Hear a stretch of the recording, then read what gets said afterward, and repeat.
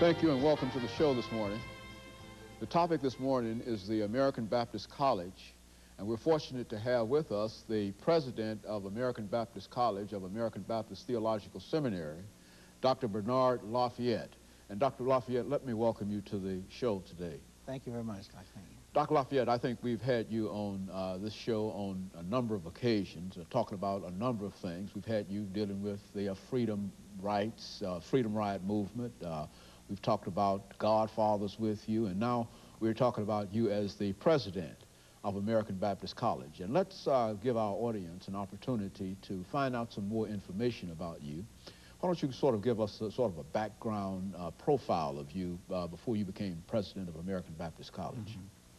Yes, thank you, Dr. Haney. Before I became president of American Baptist College, I was the vice president for academic affairs at the American Baptist College. And I served in that position about 5 years prior to assuming the presidency. It was this past spring that the former president, Dr. Odell McLothian, tendered his resignation for retirement, and he's now in pastor in Memphis, Tennessee. The search committee was established by the Board of Trustees, and that search committee proceeded to set up the criteria, etc., to select the next president, to make that recommendation to the board. And it was in November of last year that the board met and made that decision. And I assumed the presidency immediately. So I'm very proud as a graduate of American Baptist College to assume the presidency of this institution, which was founded in 1924 and has served in this nation by providing leadership in many different areas.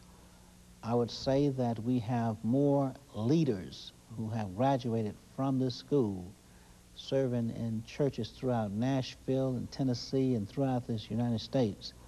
We also can say that your top leadership of Martin Luther King's organization came from this school. Jim Bevel and John Lewis, who's now congressman, the 5th Congressional District out of Atlanta. This school, small as it is, Dr. Haney, perhaps produced more members of Martin Luther King's executive staff, which in effect represent the leadership of that movement for change in Alabama and Mississippi and places like that. So we're very proud of the American Baptist College and the historic role that it has played in providing that kind of leadership. We continue to provide that kind of leadership in training our young people how to effectively respond to crises in the community, economic as well as social and political crises. We think the church has a definite role in bringing about social changes, and we feel that our mission is to train our young people in the leadership role in the spiritual development of the community, which is directly tied to the economic problems and social problems. We feel that the spiritual uplift is the foundation for the change that must occur. So we feel that it's important for our institution to step forward and assume that kind of leadership. We not only train ministers, but we train those in business administration.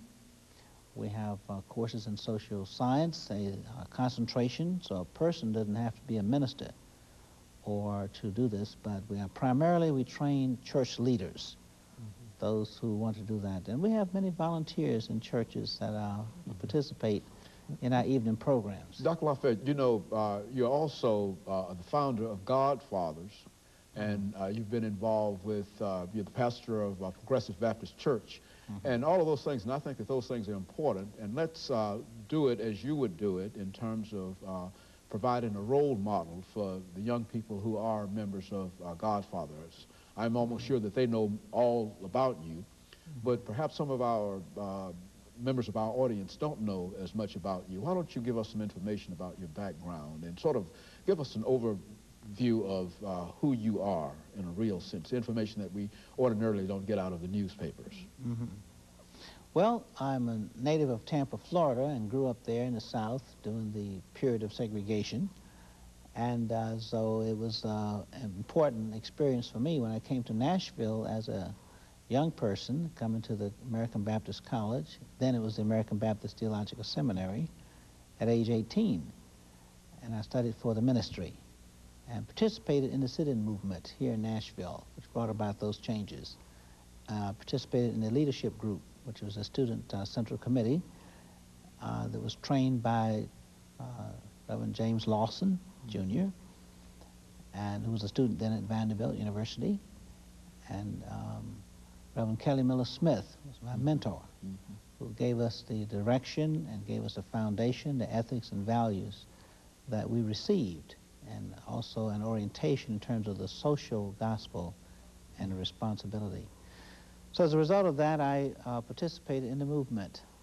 I dropped out of school back in 1961 to go on the Freedom Rides along with other young people from Nashville, Freddie Leonard, Joy Leonard, and others of us from Nashville, Lester McKinney, and students from Tennessee State, we used to call it Tennessee State A&I, right? And Fisk University. And of course, we always had our students backing us up from Meharry and Peabody and Scarrett and other Vanderbilt, other schools as well.